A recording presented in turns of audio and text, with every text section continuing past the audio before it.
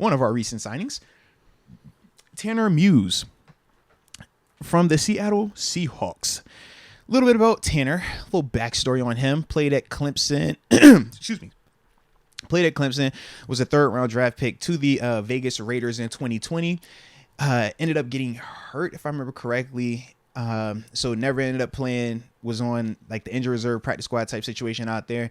Then from there, signed to Seattle in 2021. Was out there for 2021, played in 6 games, and then played in all 17 games last season with 1 start. Linebacker, former college safety he honestly played the same role that like a Trenton Simpson and Isaiah Simmons, like that apex / like pseudo safety nickel linebacker role. That's what he played at Clemson. Looking at him in Seattle, they had him playing some of the inside linebacker spot, the will linebacker, but mainly a special teams dude right now. Very athletic, good closing speed. You watch his tape on special teams, man. He's a core 4 guy. He's a productive player on teams, though. Makes a ton of tackles. Real good in terms of setting up blocks and stuff like that. Does he have the potential to grow into a off-ball linebacker in terms of a starter in this league? I kind of have my doubts. He's athletic. He has good straight line speed. His lateral is where, he takes some of the hits. That's where he's a little bit not as rangy as you would like him to be. And I think he has good eyes, but fundamentally, when you're talking about how he is reading certain plays from a linebacker perspective, those are things he's going to have to clean up to really be a down in and down out starter in this league. But in terms of his athletic ability, I think he's more closer to Cole Holcomb than probably a Landon Roberts. In terms of like his frame, not as thick as those dudes, but still good size. But to me, like I said, more of a special teams dude for us right now than per se a real like rotational linebacker for us, if that makes sense. Yeah, I don't think you can complain about this signing. And it was something that you brought up last podcast whenever you started talking about Jameer Jones getting released. And I was like, I don't really care, to be honest with you. Then you said, he's a special teamer. And combine him with Marcus us not Allen bringing back Marcus Allen, Benny Snell's still out there, Derek Watt's still out there, Miles Boykin. Like, we have a lot of special teams guys that we just haven't really brought back or addressed. Now we have, probably a Landon Roberts or some of those dudes maybe like could play some special teams. Yeah. Right. But we said the difference was this. Landon Roberts was more of a special teamer in a Robert Spillane type manner, where Spillane is defense first. His role on special team became condensed the more he starting on defense, right? Whereas when we think of Marcus Allen is exclusively special teams. Mark Robinson was exclusively special teams. So when that's what you do as your main thing, it matters a lot more. So when you're out there, the productivity should be better. Whereas for some of the guys who do that as yes, my main job is I'm a starter or I'm a heavy rotational offensive or defensive player, special teams is more so I'm doing it, I'm committed, but this is my priority. This is my second. Whereas when it's the flip and that's the priority, that's when you could talk about a guy like a Miles Killebrew, right? And we're like, man, how does he stick around? Why do we keep re-signing? Because that's his main thing. He's not trying to crack that defense line because he knows that's not it for him right now. But he treats special teams as his starting spot. And you could just see the detail with it. And that's the thing we're talking about, core teamers versus a guy like a Landon Roberts, who is going to be more of a defensive guy for us, who's going to moonlight on special teams. Right. Can get us the snaps when we need them. Yeah. Now, with Muse then, do you see his path exclusively just being that going forward? I think right now, yes. But I would be interested to see what he looks like in the preseason and OTAs because he is athletic.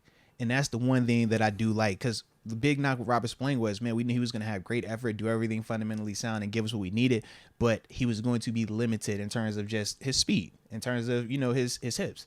That was who he was. Whereas with Tanner has the athletic ability that Spillane was kind of missing, per se. And the question is, can he catch up from in between the ears standpoint to where Robert Spillane was, matching that with the athletic ability, but you also got to do it in a short span of time because we didn't invest a ton in you. So you don't get 2-3 years to develop. It's, all right, OTAs are going to start. Actually, they should be starting tomorrow, the 18th. If I remember correctly, talking to the homies, they should be getting ready to start soon. I saw people walking into the building today. Saying. Yeah. Because when I talked, I was literally, Press? I was Presley Harvin was talking, doing the event last week, and Nestle was like, yo, a lot of dudes just get back in town because we're in there next week. The reason I knew it was 18th because when I had G, I remember him being born. I had to come up there and get my little OTA workout in. Phase 1. Shout out to Garrett Gee. He want my chest to get big back then. You know what I'm saying? But anywho, so yeah, with that, man, I think Tanner, though, he does have a chance to, like I said, in terms of his athletic ability, it does give him the potential to do it, but it's a condensed amount of time. So he's really going to have to put his best foot forward in these next month, 2 months to really carve out a role. Otherwise, by the time, preseason actually hits, you're not going to be moving up to like take one of these Cole Holcombs or Landon Roberts, or if we draft something, like I don't see him bumping up past any of that right now. I still like Mark Robinson over him. Mark Robinson's been in the system. Mark Robinson, to me, athletically matches it, but just seems to have a little bit better feel for it right now. Whereas Tanner, I love his size. I love what he brings, but it's just when you're watching him, it's like, what are you looking at? You're talking about on defense. Like the defense side. Special teams, though. Special teams, I have no complaints. Special teams, when you can put him out there, we're going to feel good. He'll make tackles, we'll be good. But in terms of him like evolving to more than that, that's the difference with it. Yeah, because that's what I was going to be curious about. Because I thought the Steelers were interested in him coming out of Clemson, from what I can remember. And he does athletic. He does fit that mold of intriguing prospect, athletic, a tweener. Could he be your athletic linebacker? And it just seems like it hasn't really panned out for him in the NFL from that standpoint. But he still has made a living being in the league. This will be his, I don't know, what's this going to technically be his fourth year? Well, fourth. Yes, and I think like third official credited season because he had to be on like the active. You know what I mean? Okay. So technically this would be his third active season if he does remain on our active roster once the season hits. Yeah, that's what I was wondering. Do the Steelers see him potentially being one of those type of guys for us? Like what maybe they wish Marcus Allen could have been? I think, or what they would hope to be drafting in like a Trenton Simpson or a Drew Sanders. Do they believe this guy could be that? He's in the conversation. The same way Mark Robinson's in the conversation, the same way, even a dude like a Chappelle Russ is in the conversation. We're just looking at athletic, could this develop into it, little flyers, right? We don't have to invest a ton in these players. Undrafted, claiming off of waivers, this dude was released, like it's that type of vibe.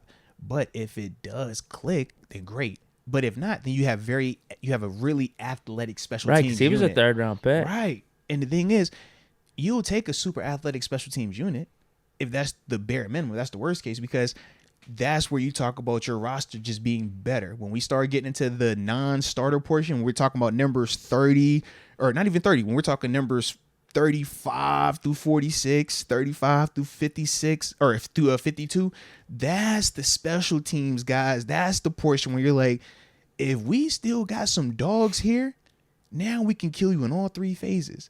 Now we can be a bully and all this stuff. And that's when you have these teams where it's like, okay, the offense is bad this week. Special teams defense got us out. Special teams bad this week. All right, offense defense got us out. Defense bad this week. All right, offense special teams got us out. And that's so everybody can pick each other up. So we do have some of that right now. And the Tanner Muse pickup, it does keep that there in terms of the bare minimum. But we want to see, can these guys develop into something special? Because if they do, then that's great value. And that's what you shout your scouting department for. Yeah, nothing wrong with this move. Yeah, heck yeah. But to me, man, he's gonna be competing with Mark Robinson and company. Like that's the move. You know what I mean? Doesn't stop us from taking Drew Sanders or Trenton Simpson. Correct. Yeah, if we want. Still gonna take who we want to because this is still at the special teams level. But this is a Mark Robinson. This is a Chappelle Russell. This is the non-Landon Roberts, the non-Cole Holcombs. This is the competition for those type of guys in terms of defensive snaps. Because he's going to already have a shoe-in, essentially, or a head start in terms of special teams because his tape is too high. You cut his tape on, it's not preseason. This is regular season. You're making plays. That's not a guarantee in terms of, just because you play defense, can you go out there and play special teams? Not everybody can do that. So for Tanner, he's already going to have a leg up on a lot of people. Do we have Killebrew back? Let me check. I want to say he... Yeah, are we building up... he's back. Special team Yeah, there. Killebrew is back. Absolutely, man. Nice. Yeah, so we're going to have some talented dudes out there, man. And like I said, when you're talking about building a championship team, you got to have all three phases. How many times have we seen teams dominate in two phases, but special teams kills them? They can't punt. They can't kick off. They can't. Man, we got out of Cincinnati because of field goal. Think about that, right? The first game one, they could not execute the field goal, snap, kick, the timing of it, right? Now, we know it was an injury at play, but still, we can see the impact it can have. the New England Patriots, they got beat last game of the season on a punt, or whatever game that was, where dude punts it. No, it was the Jets. The Jets punted it. Cat from New England returned. In fact, it was on the dude that we signed, Brady Mann. Yeah, it was on him. Put it in the middle of it. I never forget. I was like, hey, bro, that ain't what you want to do. That's probably why he was available to us. But yeah, Jets fans are so happy he's gone. Yeah, it's placement, bro. Like, I don't care how strong your leg is, man. Get it out the middle of the field, bro. It can't be there. That kills you. That kills you, man. I'd rather that punt be short with a ton of hang time than be booming in the middle of the field, bro. Middle of the field, it is doomsday scenario. You're like, bro, where that ball in between the hashes? All right, bro, buckle down, man. It's go time, baby. We're about to be fighting for this one because it's just too much space, man. Way too much space. And them dudes are too electric. They're too athletic. So when it's space and you got to cover all like 50 to 53, like across the yard, yeah, that is a nightmare. Everybody on the cover team was like, whoa, baby. We want that thing here by the numbers. We want to have this little portion to cover. Not all that.